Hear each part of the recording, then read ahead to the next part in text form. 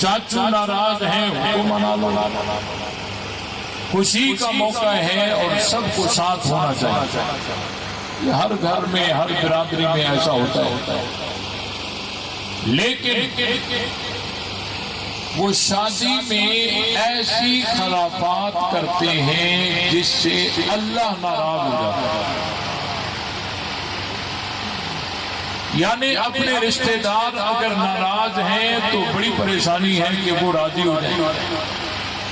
خوشی کا موقع ہے لیکن ایسی خرافات کی جاتی ہیں جن سے اللہ ناراض ہو جاتا ہے. اور یقین جانیے آج کل آپ اخبارات پڑھیں اور تھانے اور کورٹ کا ریکارڈ کھولیں، بے شمار لڑائیاں، میاں بیوی، گھر تباہ، سہاگ اجڑ گئے. ان میں سے بہت ساری نحوستیں ان خرافات کی ہوتی ہیں. جب آدمی نکاح کرتا ہے یہ ایک نئی زندگی کی ابتدا ہوتی. یہ تو ایسا موقع ہے کہ رجوع اللہ کیا جائے، اللہ تعالیٰ سے مانگا جائے یا اللہ میری اس نئی زندگی کو میرے لیے سکون کا باعث بنا. لیکن الٹا ہم ایسے خرافات کرتے ہیں جن سے اللہ کو ناراض کر دیتے ہیں اور بجائے رحمت کے اس تقریب پر لعنتیں برستی ہیں. اور شادی کی تقریب ہو، ہم خوشی کر رہے ہوں اور اوپر سے لعنت برس رہی ہو، یہ کیسی خوشی ہے؟ بہت بڑی خوشی مجھے ہو رہی ہے کہ میری دائیں جانب بھائی بلال بیٹھے ہیں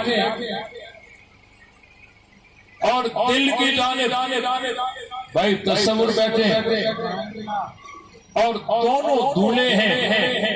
انشاءاللہ ایک کا کل نکاح ہوگا، ایک کا 1-2 دن کے بعد ہوگا، لیکن یہ ہے نکاح کے تقریب کے حوالے شادی کے متعلق. اس لیے میں نے آج سوچا کہ شادی کے عنوان پر ہی بیان کروں، ویسے تو ہوتے رہتے ہیں. بہت بڑی خوشی ہوئی کہ آج انہوں نے خوشی میں اللہ کو یاد کیا. یہ بہت بڑی نعمت ہے. آدمی جب خوشی میں آ جاتا ہے نا تو شیطان اسے ایسے ایسے کام کروا دیتا ہے کہ پھر وہ خوش رہنے کے قابل بھی نہیں رہتا. لیکن خوشی میں جس نے اللہ کے راستے کو، اللہ کے دین کو مضبوطی سے پکڑا وہ کامیاب ہے. غمی میں تو ہر کوئی اللہ اللہ کرتا ہے، کمال تو تب ہے جب خوشی میں اللہ اللہ. جس کو پیٹ میں درد پڑ جائے جتنا بھی گلوکار ہو کہتے یا اللہ اللہ اللہ ایسے کر جاتا. غمی میں تو ہر کوئی اللہ کو یاد کرتا ہے. کمال تو یہ ہے کہ خوشی میں بھی اللہ یاد ہے. اور مجھے بہت بڑی خوشی ہوئی ہے کہ آج شادی کے موقع پر یہ قرآن کی محفل سجی اور انشاءاللہ یہ رشتے بابرکت ہوں. اور انشاءاللہ یہ جو رواج ہے بھائی تصور اور بھائی بلال نے جو رواج ڈالا ہے، انشاءاللہ یہاں بیٹھنے والا ہر بڑا یہی خواہش کرے گا کہ میں اپنے بچے کی شادی کراؤں گا تو اسی طرح قرآن کی محفل. تمام ساتھی اسی طرح کرو گے. نکاح کے حوالے سے سمجھیے اللہ تعالیٰ نے نکاح کو بہت آسان کیا لیکن ہم نے اسے مشکل بنا دیا. جتنا نکاح کرنا آسان ہے اتنی میں سمجھتا ہوں کوئی چیز آسان نہیں ہے. ہم دن میں نماز کتنی دفعہ پڑھتے ہیں؟ بولو بھائی، 5 دفعہ ہم نماز پڑھتے ہیں۔ نماز کے لیے کپڑوں کا پاک ہونا ضروری ہے، نماز کے لیے وضو کا ہونا ضروری ہے، نماز کے لیے نماز کے وقت کا ہونا ضروری ہے، نماز کے لیے قبلے کی طرف رخ کرنا ضروری ہے۔ لیکن آپ دیکھیں کہ نکاح کے لیے ان شرائط میں سے کوئی شرط نہیں، یعنی نماز پڑھنا بھی اتنا آسان نہیں ہے جتنا نکاح کرنا۔ اللہ تعالیٰ نے نکاح کو کتنا آسان کیا۔ زوال کے وقت نماز نہیں پڑھ سکتے، حضرت نکاح ہو جائے گا۔ طلوع آفتاب کے وقت نماز نہیں پڑھ سکتے، نکاح ہو جائے۔ غروب آفتاب کے وقت نماز نہیں ہو سکتی، نکاح ہو جائے۔ قبلے کی طرف رخ نہ ہو نماز نہیں ہو سکتی، لیکن نکاح ہو جائے گا۔ اللہ تعالیٰ نے نکاح کو کتنا آسان کیا، لیکن آج ہم ہیں جنہوں نے نکاح کو بہت مشکل۔ غریب آدمی بیچارہ پریشان ہوتا ہے کہ بھئی نکاح کروں، اتنا پیسہ کہاں سے آئے۔ یہ بات یاد رکھیں، جتنی اللہ نے طاقت دی ہے اس سے بڑھ کر خرچہ نہ کریں۔ کوئی ضرورت نہیں ہے قرضہ اٹھانے کی، پریشان ہونے کی۔ یہ نکاح اللہ نے جو مقرر کیا ہے یہ تمہیں پریشان کرنے کے لیے نہیں دیا۔ جتنا اللہ نے دیا ہے اس سے بڑھ کر رضائی سے پیر آگے لمبے نہ کرو۔ النکاح نصف الایمان، نکاح آدھا ایمان ہے۔ جو آدمی نکاح نہیں کرتا، چاہے مرد ہو چاہے عورت ہو، جتنا مرضی وہ عبادت کرے، ایمان کے کامل درجے تک نہیں پہنچ سکتا۔ شریعت نے اس کو مسکین کہا، اور یہ دولہے ابھی تک مسکین ہے۔ نکاح جب ہوگا تو ہوگا نا، کوئی 24 گھنٹے کے لیے مسکین ہے، کوئی 48 گھنٹے کے لیے۔ جس نے نکاح نہیں کیا، چاہے مرد ہو چاہے عورت ہو، اس کو شریعت نے مسکین کہا۔ یہ مسکین ہے، یہ عورت ہے مسکین ہے، یہ مرد ہے مسکین ہے، ایمان کامل نہیں ہے۔ جتنا مرضی عبادت کرے ایمان کامل نہیں ہے۔ لیکن جب نکاح ہو جائے گا اب ایمان کامل ہوگا۔ نکاح سے پہلے اگر ایک نماز پڑھے گا تو ایک نماز کا ثواب، نکاح کرنے کے بعد اگر ایک نماز پڑھے گا تو 21 نمازوں کا ثواب۔ پہلے تو ڈائریکٹ حقوق اللہ ادا ہو رہے تھے، اب تو حقوق العباد ادا کر کے بھی حقوق اللہ ادا ہو رہے ہیں، تو یہ پرسنٹ اس کے بڑھ جائیں۔ النکاح نصف الایمان، نکاح آدھا ایمان ہے۔ یہ بات سمجھ آئی کہ نہیں آئی؟ اور دوسری بات، بہت سارے لوگ اپنے بچوں کے بچیوں کے نکاح نہیں کرتے، پریشان ہوتے ہیں کہ کہیں سے کوئی پیسے آ جائیں، کوئی قرضہ کوئی دے دے، کوئی ایسا ماحول بن جائے پھر ہم رشتہ کریں۔ یہ بات یاد رکھیں۔ یہ پریشانی کیوں ہوتی ہے؟ ہمارے معاشرے میں بہت ساری خرافات ہیں۔ عورتیں جو ہوتی ہیں نا، وہ جہیز درمیان میں، وہ ہجوم میں، عورتوں کے ہجوم میں وہ جہیز کی پیٹی کھولیں گی اور ایک ایک چیز اٹھا کر دکھائیں گی، اس کو جہیز میں یہ ملا۔ یہ ملا ہے، یہ ایک بدعت ہے۔ جہیز کہتے ہیں والدین کی طرف سے اپنی بیٹی کو شادی کے موقع پر دیے جانے والا تحفہ، ہدیہ۔ آج اگر باپ کے پاس پیسہ نہیں ہے، اپنی بیٹی کی شادی کرا دو، مہینے کے بعد، سال کے بعد اللہ تیرا رزق کشادہ کر دے، پھر دے دینا۔ لیکن کیا کریں، وہ جو رسم بنی ہوئی ہے کہ عورتیں دکھاتی ہیں کہ جی یہ اس کو جہیز میں یہ کپڑے ملے، یہ سامان ملا، یہ سامان ملا، اور ساری عورتیں جمع ہو کر یہ پوچھتی ہیں کہ وہ جہیز دکھاؤ۔ یہ ریاکاری ہے، یہ گناہ ہے۔ غریب باپ کو بیچارہ اس رسم سے ڈرتے ڈرتے اپنی بیٹی کی شادی نہیں کرواتا۔ کل شادی کا موقع ہوگا، عورتیں ساری جمع ہوں گی اور میری بیٹی کا جہیز کھلے گا اور اس میں کچھ بھی نہ نکلے گا۔ یہ بے عزتی کی بات ہے، شرمساری کی بات ہے۔ وہ بیچارہ اس شرمساری کے مارے اپنی بیٹی کی شادی نہیں کرتا۔ تو دیکھو، یہ ساری رسم رواج اللہ کے نبی نے ہمیں نہیں سکھائی، اللہ نے ہمیں نہیں بتایا۔ خاص کر کے جو بوڑھی بوڑھی خواتین ہوتی ہیں نا، وہ ان رسم و رواج کی حافظہ ہوتی ہیں۔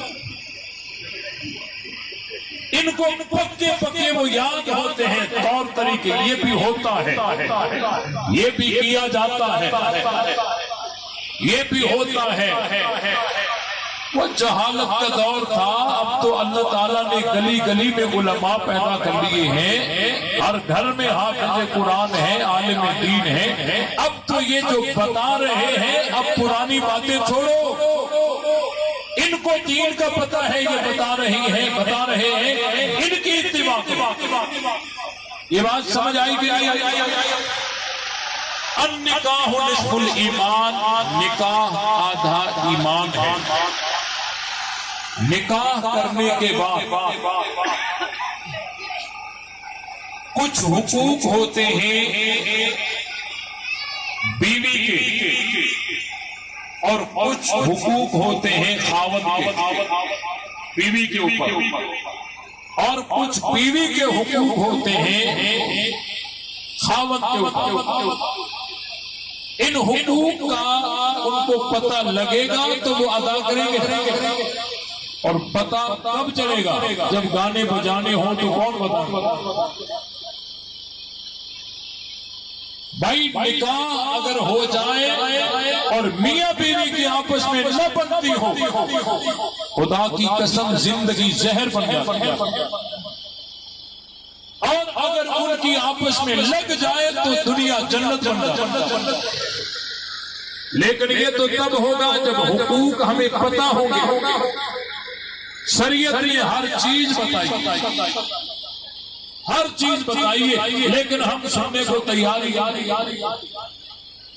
شادی ذہن میں آتی ہے تو از خود ذہن میں گانا بجانا شروع ہو جاتا، شادی اسی کا نام۔ اللہ کے بندو، شادی اسی کا نام نہیں ہے۔ آپ شادی میں قرآن کی محفل کروائیں اور علماء کو بلوائیں، علماء تمہیں قرآن پڑھ کر، حدیث پڑھ کر میاں بیوی کے حقوق سنائے اور اس کو یاد کر کے اس پر عمل کرو تو تمہاری دنیا جنت بن۔ اگر ہم تو کرتے نہیں، شادی ہوگی تو فلاں کنجر کو بلائیں گے، فلاں کنجری کو بلائیں گے، وہاں ناچ گانا ہوگا، یہ ہوگا وہ ہوگا۔ یہ ساری نحوست ہے، زندگی برباد ہو۔ شادی کرنے کے بعد، نکاح کرنے کے بعد خاوند کے حقوق بیوی کے اوپر نبی پاک صلی اللہ علیہ وسلم نے فرمایا، اگر اللہ کے علاوہ کسی اور کو سجدے کرنے کا حکم ہوتا تو بیوی کو حکم ہوتا کہ اپنے خاوند کو سجدہ کرے۔ اگر ہوتا ہے نہیں، اللہ کے علاوہ اگر کسی اور کو سجدے کرنے کا حکم ہوتا تو بیوی کو حکم ہوتا اپنے خاوند کو سجدہ کرے۔ یعنی اتنا بڑا حق ہے نا، خاوند کا اتنا بڑا حق ہے، اور بیوی کے حقوق اپنے خاوند پر، جو عورت اپنے ماں باپ کو چھوڑ کر کے، اپنے گھر کو چھوڑ کے، اپنی بہنوں کو چھوڑ کے، اپنے بھائیوں کو چھوڑ کے خاوند کے پاس آئی ہے، اس کو چاہیے کہ اس کو اتنی محبت دے کہ تمام محبتوں کی کفایت ہو۔ اور یہ بات سمجھیں، اللہ تعالیٰ کے قرآن میں بتایا ہے ہن لباس لکم وانتم لباس لہن، تمہاری بیویاں تمہارا لباس ہیں اور تم اپنی بیویوں کا لباس۔ بھائی لباس کہنے سے کیا فائدہ ملا؟ ایک تو یہ ہے کہ لباس سے آدمی خوبصورت لگتا ہے، اچھا لباس پہنے گا اور اچھا لگے گا، اور اچھا لباس پہنے گا اور اچھا لگے گا۔ اور دوسرا فائدہ یہ ہے کہ لباس دوسرے کے سامنے عیب کو ظاہر ہونے نہیں دیتا۔ لباس جو پہن لیا اب عیوب دوسرے کے سامنے ظاہر نہیں ہوتی۔ یہاں سے علماء نے یہ مسئلہ اخذ کیا ہے کہ میاں بیوی میں سے کسی کو اجازت نہیں کہ اپنے خاندان میں بیٹھ کر ایک دوسرے کی گلہ غیبت کرے۔ آج تک یہ رواج بن چکا ہے نا، بیوی اپنے خاندان میں بیٹھے گی، اپنے خاوند کی گلہ کرے، وہ ایسا ہے، وہ ایسا ہے، وہ ایسا ہے، اپنے ماں باپ کے سامنے۔ اور خاوند جو ہوگا وہ اپنے خاندان میں اپنی بیوی کی گلہ غیبت کرے۔ یہ حرام ہے، ناجائز ہے، غلط ہے۔ اگر کوئی کمی کوتاہی ہو تو ایک دوسرے کو آمنے سامنے اصلاح کر کے اور وہیں معاملہ ختم کر دیا جائے۔ اپنے اپنے خاندان میں ایک دوسرے کی گلہ غیبت کرنے کی اجازت۔ یہ بات سمجھ آئی کہ نہیں آئی؟ ہن لباس لکم وانتم لباس لہن، تمہاری بیویاں تمہارا لباس ہیں اور تم اپنی بیویوں کا لباس ہو۔ اور نبی پاک صلی اللہ علیہ وسلم نے یہ بھی بتایا ہے کہ عورت جو ہوتی ہے، عورتیں یہ ناقصات العقل ہے، ناقصات العقل ہے، عقل ان کی ناقص ہے۔ جہاں دو گواہوں کی ضرورت ہوتی ہے وہاں اگر ایک گواہ ہو مرد، باقی دوسرا مرد نہ ہو عورت، تو ایک مرد کی جگہ دو عورتوں کی گواہی قابل ہے۔ پتہ چلا کہ عورت کا عقل جو ہے یہ ناقص ہے۔ اب اللہ کے نبی نے ہمیں تو بتا دیا کہ عورتیں ناقصات العقل ہوتی ہیں، لیکن ہمیں کیا فائدہ ہوا اس خبر سے؟ ہمیں یہ فائدہ ہوا ہم جب کسی کی بیٹھک پہ جاتے ہیں، کسی کے گھر جاتے ہیں اور چھوٹا بچہ، بالکل چھوٹا بچہ، وہ ہمیں کہتے کیوں آئے ہو یہاں، نکلو یہاں سے، تو ہم ہنس پڑتے، اس کے سر پر ہاتھ رکھتے، کوئی غصے میں آتے نہیں، وہی جملہ اگر کوئی بڑا آدمی کہہ دے جملہ وہی ہوگا، لیکن ہمیں دل پہ چوٹ لگے گی، ناراض ہو جائیں گے، غصے ہو جائیں گے، باہر چلے جائیں گے، کبھی نہیں آئیں گے. ایسے ہوتا ہی نہیں ہوتا. جملہ تو وہی تھا. چھوٹے بچے نے کہا تو ہم نے کوئی غصہ نہیں کیا، بڑے نے وہی بات کہی تو غصہ آ گیا. یہ کیوں بھائی؟ ہمیں پتا تھا وہ جو چھوٹا بچہ تھا اس کی عقل کامل نہیں، اس کی عقل کامل نہیں تھی. جب عقل کامل نہیں ہے تو اس کی جو بھی غلطی ہوگی ہم درگزر کریں گے. کیا کریں گے؟ درگزر کریں گے.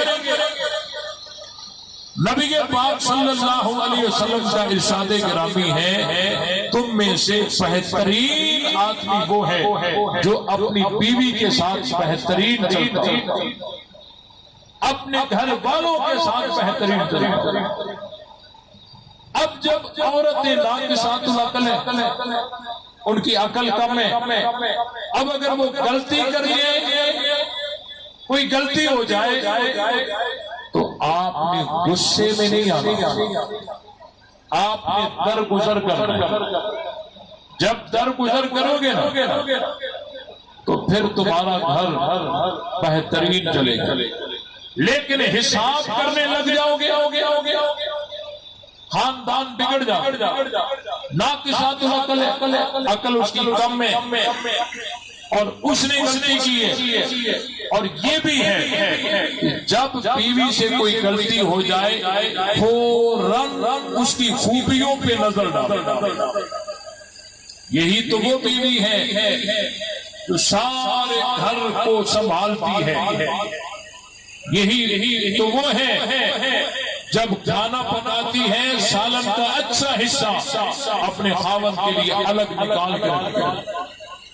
یہی تو وہ بیوی ہے جب خاوند گھر میں سوتا ہے تو کرفیو نافذ کر دیتا ہے، کسی کو بولنے نہیں دیتی. یہی تو وہ بیوی ہے جب واشنگ مشین میں کپڑے دھوتی ہے صاف جھاگ میں پہلے خاوند کے ڈال صاف ہو جائے، جھاگ میلی ہو جائے گی تو پھر ہمارے کپڑے بھی دھل جائیں. فوراً خوبیوں کی طرف نظر کرو، غصہ ختم ہو جائے گا. کسی سمجھدار نے بہت پیارا جملہ کہا کہ اس ٹہنی کو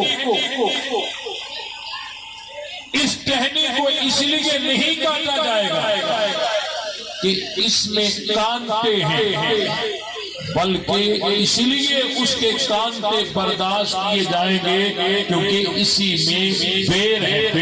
بیر نہیں سمجھا؟ گھر میں اگر بیر کا درخت ہو اور کانٹا لگ جائے تکلیف کتنی ہوتی؟ خون بہہ پڑتا ہے، تکلیف ہو جاتی ہے.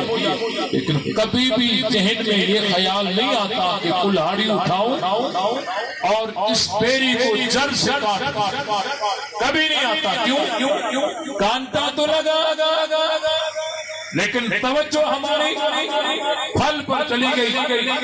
تو اگر غلطی ہو جائے تو غلطی سے درگزر اور توجہ ان کی خوبیوں پر. میں تو کہا کرتا ہوں اگر کوئی کہے کہ جو کام میری بیوی کرتی ہے وہ سارے کام میں مزدوروں سے کراؤں گا، میں تو یہ سمجھتا ہوں اس کو 6-7 مزدور رکھنے پڑیں گے. ایک مزدور کو لائے گا، ہاں بھائی روٹی پکا، وہ روٹی پکائے گا. جب فارغ ہوگا اس کو کہے گا کپڑے دو، وہ کہتا میں دھوبی تھوڑی میں تو باورچی ہوں. پھر دوسرا دھوبی لائے گا، ہاں بھائی کپڑے دو، وہ کپڑے دھو کر فارغ ہوگا، اس کو کہا روٹی پکا، کہتا میں دھوبی ہوں، باورچی تھوڑی ہوں. ایسے پھر اس کو کہے گا یہ جھاڑو لگا، وہ کہے گا میں تو دھوبی ہوں، سوئی پر دھوبی ہوں. لیکن یہ ایک ہی بیوی ہے، اسی وقت باورچی بھی وہی ہے، اسی وقت دھوبی بھی وہی ہے، سوئی پر بھی وہی ہے اور سارے گھر کے کام کاج وہی کبھی. اس لیے نبی پاک صلی اللہ علیہ وسلم نے فرمایا تم میں سے بہترین آدمی وہ ہے جو اپنے گھر والوں کے ساتھ بہترین چلے، ان کے ساتھ بھلائی کرے، ان کے ساتھ درگزر والا معاملہ کرے۔ دیکھیں اللہ تعالیٰ نے قرآن مجید میں فرمایا ہے الرجال قوامون علی النساء، مرد جو ہیں یہ عورتوں پر حاکم ہیں، مرد جو ہیں یہ عورتوں پر حاکم ہیں، مرد عورتوں پر حاکم ہیں۔ اس لیے اگر کسی معاملے میں مرد غصہ کرے، عورت کو چاہیے اگر وہ بے قصور بھی ہو اسی وقت خاموشی اختیار کیا، کیا کرے؟ خاموشی اختیار کیا۔ حضرت تھانوی صاحب کے پاس ایک خاتون آئی، کہنے لگی کہ حضرت میرا خاوند مجھے بہت مارتا ہے، کوئی تعویذ دے دو تاکہ وہ مجھے نہ مارے۔ تو حضرت تھانوی صاحب رحمۃ اللہ علیہ نے فرمایا پانی کی بوتل لاؤ،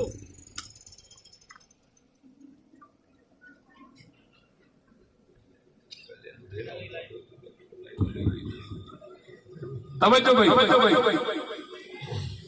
ایک خاتون حضرت تھانوی صاحب کے پاس آئی اور کہنے لگی کہ حضرت میرا خاوند مجھے بہت مارتا ہے، آپ کوئی تعویذ مجھے دے دیں تاکہ میرا خاوند مجھے نہ مارے۔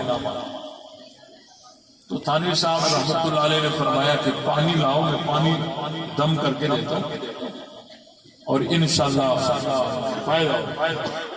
وہ پانی لائی، حضرت نے دم کر کے دیا اور فرمایا کہ یہ پانی گھر میں رکھ دو، خاوند جب مارے گا تو پہلے غصے ہوگا، زور زور سے بولے گا، پھر مارنا شروع کرے گا نا۔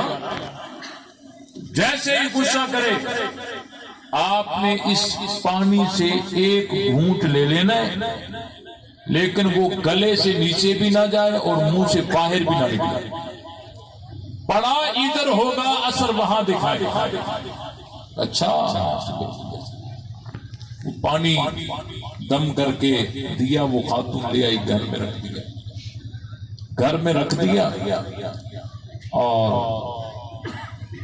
کچھ دنوں میں کسی معاملے پر خاوند ناراض ہوا تو زور زور سے وہ پوچھے، بولنے لگا تو اس خاتون نے دیر نہیں کی، پانی کا گھونٹ بڑھ کے پڑی۔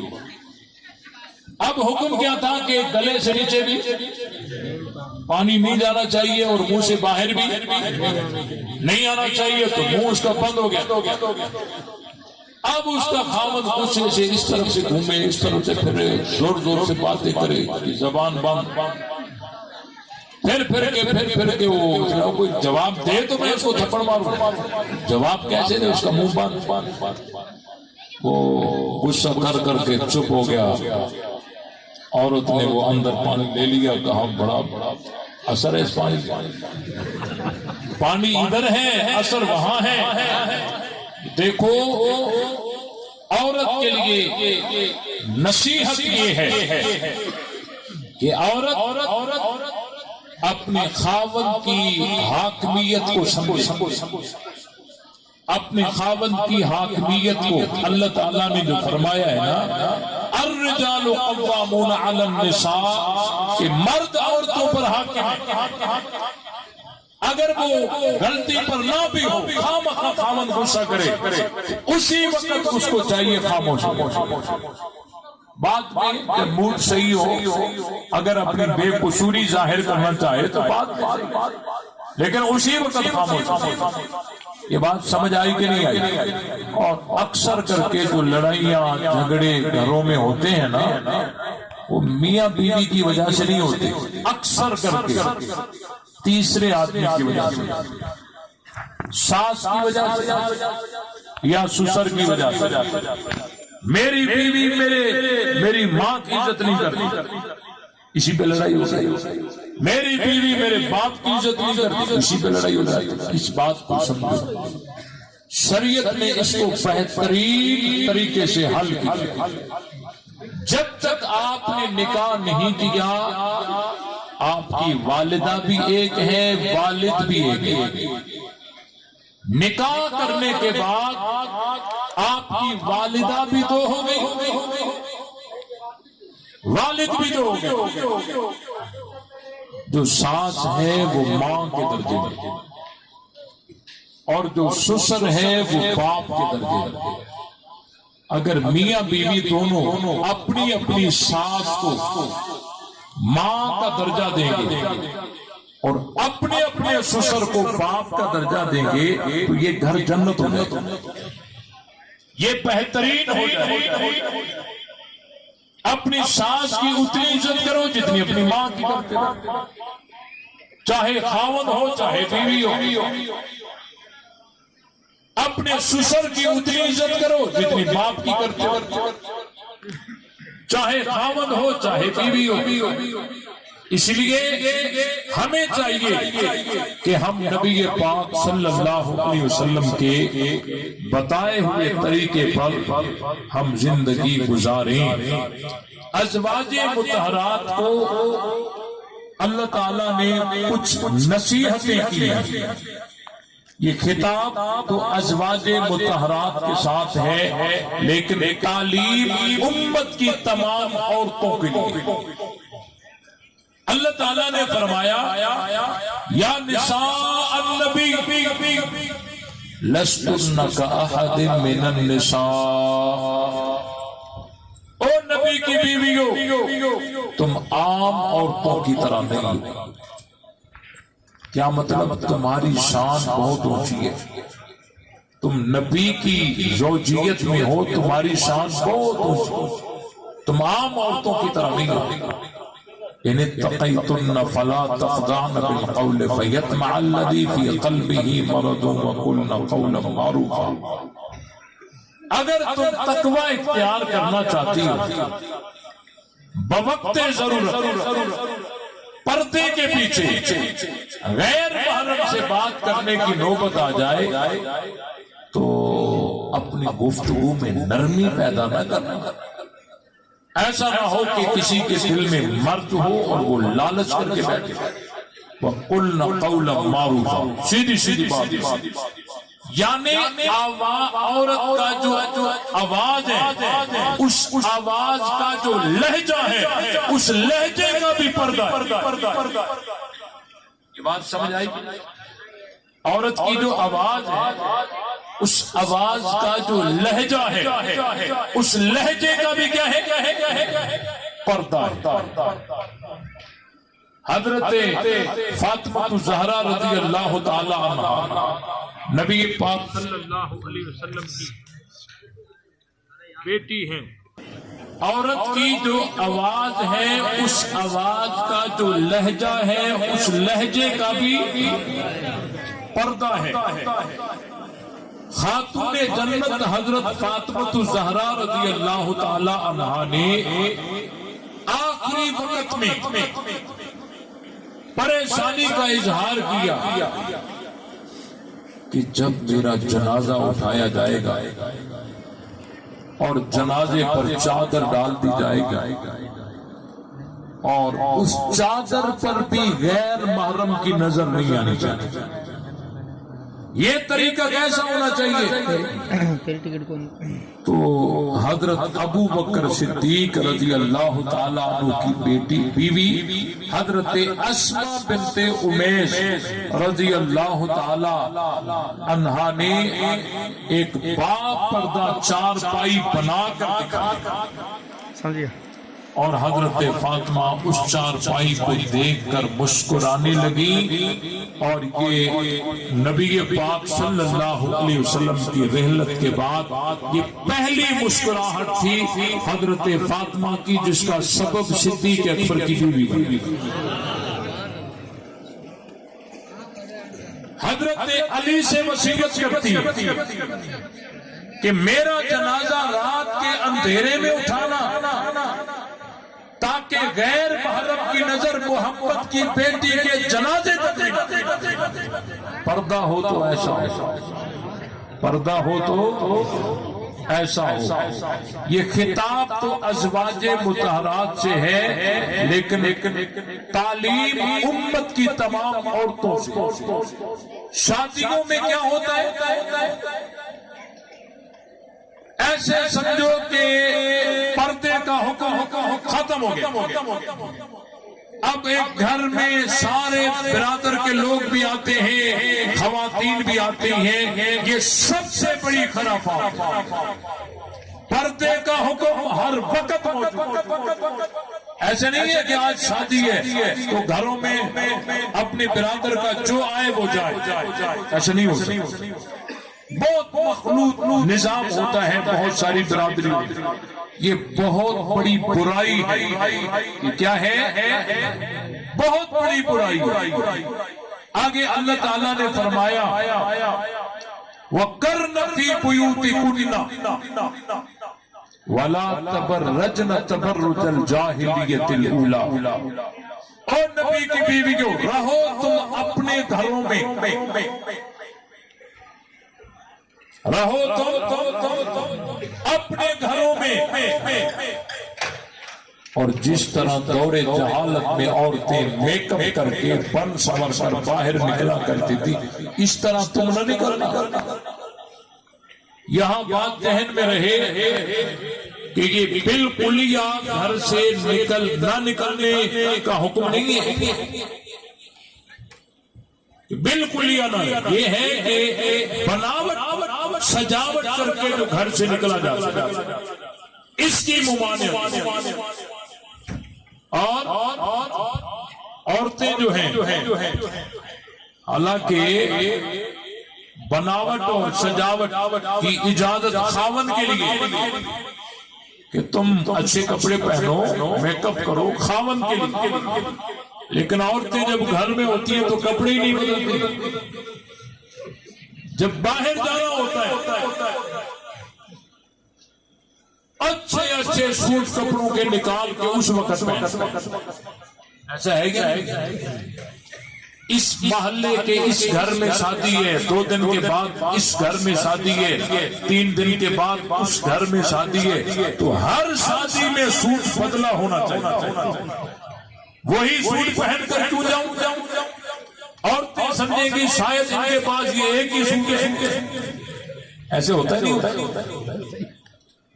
اگر 2 دن کے سفر پر کہیں جانا ہو 8-9 سوٹ لینے پڑے. ہر 2 گھنٹے کے بعد بدلے تاکہ کسی کو پتا تو چلے نا کہ ان کے پاس اتنے سوٹ ہیں. یہ بات سمجھ آئی؟ حالانکہ بناوٹ سجاوٹ تو ہے ہی خاوند کے لیے. گھر میں ہوتی ہے تو کوئی سنگار نہیں، کوئی بناوٹ نہیں، کوئی سجاوٹ نہیں. اور جب باہر جاتی ہے تو بڑی سجاوٹ ہے. حالانکہ قرآن کہتا ہے وَلَا تَبَرَّجْنَ تَبَرُّجَ الْجَاهِلِيَّةِ الْأُولَىٰ. بناوٹ کر کے باہر نہ جاؤ. اگر دوائی لینی ہے پھر بھی کپڑے بدل کے جائیں. یہ حالت ہے. اس لیے عورتوں کو حکم اور اجازت اپنے گھر میں سجاوٹ. حضرت تھانوی صاحب نے بڑی پیاری بات لکھی ہے کہ عورتوں کو باہر جانے سے نہ روکو، ان کو میک اپ سے روکو، سجاوٹ سے جائیں گی نہیں. اور اگر کسی شادی میں چلی گئی نا تو نظر ہوگی کسی کے سوٹ پر، کسی کے سینڈل پر، کسی کے دوپٹے پر، واپس آ کر اپنے خاوند کا سر کھا جائے کہ ایسا دوپٹہ مجھے بھی ہونا چاہیے، ایسا سوٹ، ایسا عالی شان ہو، اگلی شادی میں مجھے ہوگا. وہ بیچارہ پریشان ہوتا ہے ایک شادی میں چھوڑ کر، اس کے لیے عذاب بنا. حالانکہ آپ صحابیات کی زندگی کو دیکھو، کمال کی زندگی. حضرت ام سلیم رضی اللہ تعالی عنہ ایک صحابی ہے. خاوند کے حقوق ہے نا، خاوند کے حقوق. حضرت ام سلیم رضی اللہ تعالی عنہ ایک صحابی ہے. ان کے خاوند کہیں سفر پر تھے، کافی دنوں کے بعد جس دن وہ واپس آ رہے تھے اس دن ان کا بیٹا فوت ہو گیا۔ اب یہ صحابیہ سوچ رہی ہے، دیکھ رہی ہے کہ اب میرا خاوند آئے گا، آتے ہی اس کو پتا چلے گا کہ بیٹا فوت ہو گیا ہے، اگر اس کو بھوک لگی ہوگی تو کھانا اچھا نہیں لگے گا، اگر اس کو جگاوا ہوگا تو اس کو آرام نہیں آئے گا۔ خاوند کے حق کیا ہیں، حقوق کیا ہیں؟ اس نے اپنے بیٹے کی لاش کو ایک الگ کمرے میں رکھ دیا، بیٹے کی لاش کو الگ کمرے میں رکھ دیا۔ جیسے اس کا خاوند آیا، بڑے اچھے طریقے سے اس کا استقبال کیا، اس کو بٹھایا، اس کو کھانا کھلایا۔ اب وہ خاوند پوچھ رہا ہے کہ ہمارا وہ فلاں بیٹا نظر نہیں آ رہا۔ اب وہ صحابی ہے، وہ کہہ رہی ہے وہ فلاں کمرے میں آرام ہے۔ وہ سمجھنے کا شاید نیند میں ہوگا۔ کھانا کھایا، آرام کیا، نیند کی۔ نیند کے بعد جب وہ اٹھا ہے تو اب وہ صحابیہ حضرت ام سلیم پوچھ رہی اپنے خاوند سے، مجھے بتائیے تو صحیح کہ اگر کوئی کسی کے پاس امانت رکھے تو اس کی امانت رکھنی چاہیے؟ کہ ٹھیک ہے، اچھی بات ہے اگر امانت کسی کے رکھ لو۔ اچھا، پھر کچھ دنوں کے بعد وہی آدمی جس کی امانت وہ واپس لینے آئے تو اس کو اسی کی امانت دینی چاہیے یا نہیں دینی چاہیے؟ کہ جب امانت اسی کی ہے تو اسی کو ہی دینی چاہیے۔ اچھا، دینے کے وقت کچھ معاملہ کرنی چاہیے؟ واویلا کیوں بھائی؟ امانت اسی کی ہے، وہی لے رہا ہے، اسی کو دی جا رہی ہے، تو واویلا کس چیز کی؟ اب صحابیہ کے سمجھانے کا انداز تو دیکھا، یہ بھی تو عورت تھی۔ اب کہتی ہے کہ ہمارا جو بیٹا تھا وہ اللہ کی امانت تھی، اللہ نے لے لی، اس کی لاش وہاں پڑی۔ میں اپنی ماؤں بہنوں سے گزارش کرتا ہوں کہ اس صحابیہ کے طرز عمل سے سبق حاصل۔ ہماری حالت تو یہ ہوتی ہے، خاوند گھر میں پہنچا نہیں، بڑی لسٹ اس کے سامنے، شیمپو ختم ہو گیا، صابن ختم ہو گیا، سرف ختم ہو گیا، چینی نہیں ہے، پتی نہیں ہے، یہ نہیں ہے، وہ۔ اللہ کی بندی، اس کو بیٹھنے تو دو، پانی تو پینے دو، اس کی طبیعت تو پوچھو۔ یہ بات میں صحیح کہہ رہا ہوں غلط کہہ رہا ہوں؟ صحیح کہہ رہا ہوں۔ اللہ تعالیٰ نے قرآن مجید میں فرمایا وَقَرْنَ فِي بُيُوتِكُنَّ، اپنے گھروں میں رہو، وَلَا تَبَرَّجْنَ تَبَرُّجَ الْجَاهِلِيَّةِ الْأُولَىٰ وَأَقِمْنَ الصَّلَاةَ، اور نبی کی بیویوں نماز قائم کرو۔ غور سے سنو، تمہیں یہ چیز قیامت میں نہیں چھڑائے گی کہ تم کسی نبی کی بیوی تھی اور کسی نبی کے نکاح میں تھی، اب تمہیں اجازت ہے نماز نہ پڑھو، نا وَأَقِمْنَ الصَّلَاةَ، اور نبی کی بیویوں نماز۔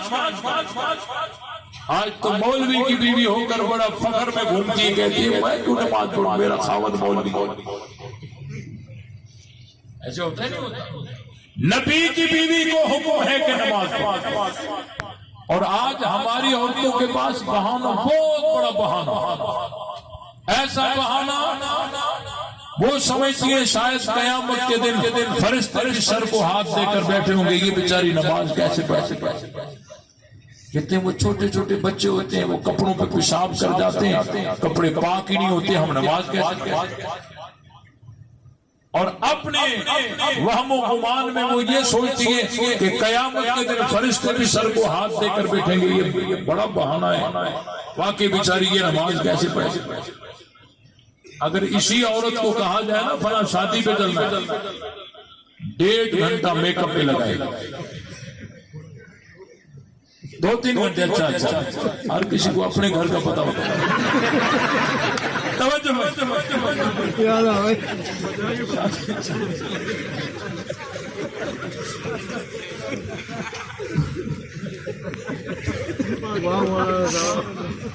توجہ بھائی،